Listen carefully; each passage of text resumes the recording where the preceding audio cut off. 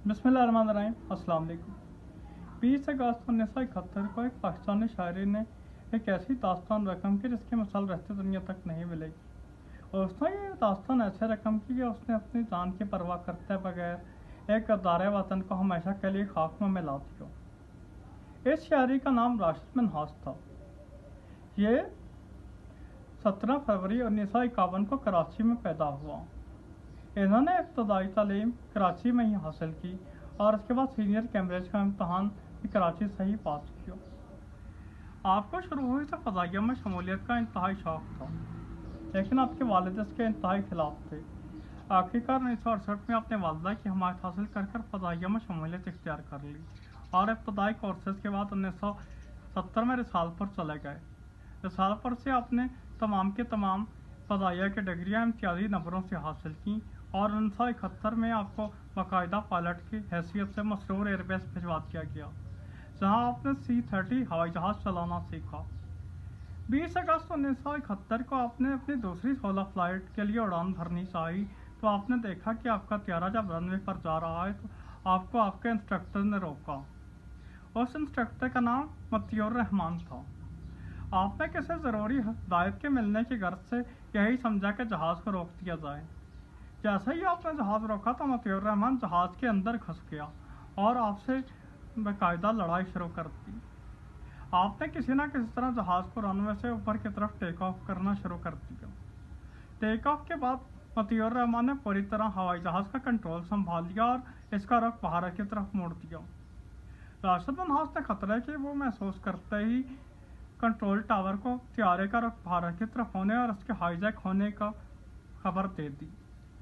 इसके बाद उन्होंने बहुत कोशिश की कि किसी तरह मतियुर रहमान से त्यारे का कंट्रोल हासिल कर लिया जाए, लेकिन मतियुर रहमान का तजर्बा जामिया साजिश के बदौलत ऐसा ना हो सका।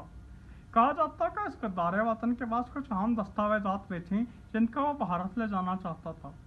राशिद मिन्हाज ने कंट्रोल टावर से दोबारा रब्ता किया और यही कहा कि जहाज़ भारत की तरफ जा रहा है। उनका आखिरी पैगाम कंट्रोल टावर को ये था कि कुछ भी हो, मैं त्यारे को भारत की हदूद पार करने नहीं दूंगा।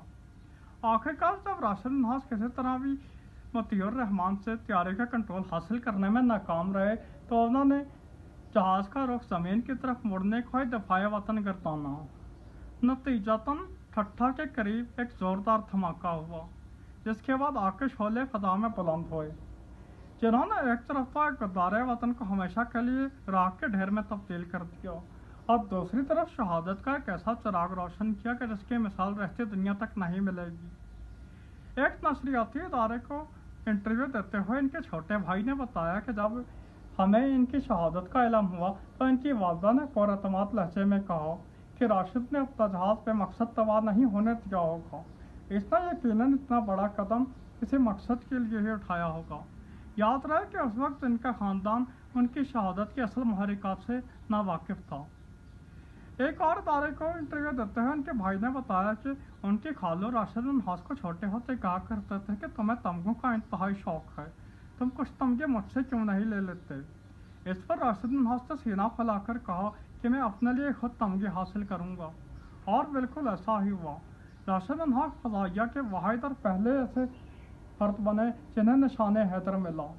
राशिद मिन्हाज ने ऐसी कुर्बानी दी जिसकी मिसाल रहती दुनिया तक नहीं मिलेगी और उनकी इस कुर्बानी को हमेशा याद रखा जाएगा। अगर आपको हमारे चैनल पर दिखाई जाने वीडियोस पसंद आती है तो आपसे गुजारिश है हमारे चैनल को सब्सक्राइब करें। शुक्रिया।